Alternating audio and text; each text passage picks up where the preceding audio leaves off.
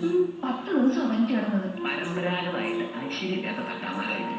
മോൻ നിങ്ങൾ പറഞ്ഞത് കുഞ്ഞിന് എന്തെങ്കിലും വന്നാൽ അവർക്ക് കൂടുതൽ വിഷമം ഉണ്ടാവും. ഏതായാലും വിളിച്ചോണ്ട് സ്ഥിതിക്ക് വല്ല 5-10 കൊടുത്ത് പറഞ്ഞായിരിക്കും.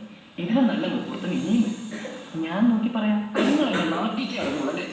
ആരെന്ത് പറഞ്ഞാലും ശരി, നിങ്ങളപ്പ ഞാൻ പറയുന്നത് നടക്കും.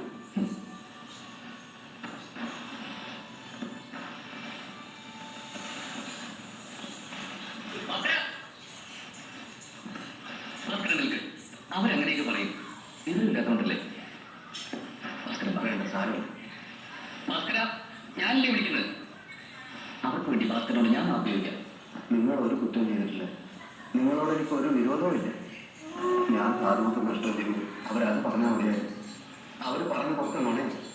ഞാൻ കാതുകുത്തിയിട്ട് ഇന്ന് വരെ ഒരു കുഞ്ഞിൻ്റെയും കാത് കേട്ടിട്ടുണ്ട്.